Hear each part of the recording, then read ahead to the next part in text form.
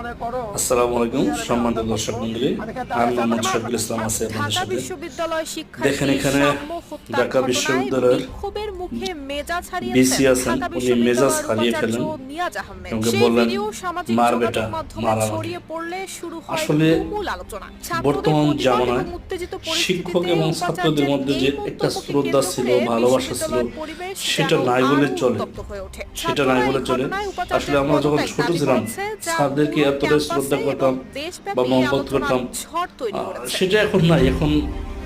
এখনকার যারা বর্তমান স্যার টিচার এফ আছে, স্যার রহমান আছে, হল ওনারাও যেন ছাত্রদলের কেমন সাহিত্য এবং প্রকাশনা ছাত্রদের সম্পাদক প্রতি মহব্বত নেই, শাহরিয়ার আলম ছাত্ররা আমাদেরকে শামুকে তেমন ১৩ মে ভালোবাসে না। রাত আসলে ১১টা থেকে এখনের বর্তমান জমানার যে নির্মমভাবে স্যার হত্যা আছে, করে সন্ত্রাসীরা। ওনারাও এই মানে হত্যাকাণ্ডের প্রতিবাদে এখন কি এবং বলবো, ক্যাম্পাসে বললে হয়তো খারাপ নিরাপত্তা লাগে, দিতে 2 নম্বর ব্যর্থতার অভিযোগ এনে বাংলা ভাষায় বলে উপাচার্য 2 এবং নম্বর, আর প্রক্টরের ছাত্ররা পদত্যাগ ওনাদের দাবি করে সাথে এরকম শিক্ষার্থীরা। বেয়াদবিমূলক আচরণ করে আর কি। এটা মোটেও কাম্য না, মোটেও কাম্য না।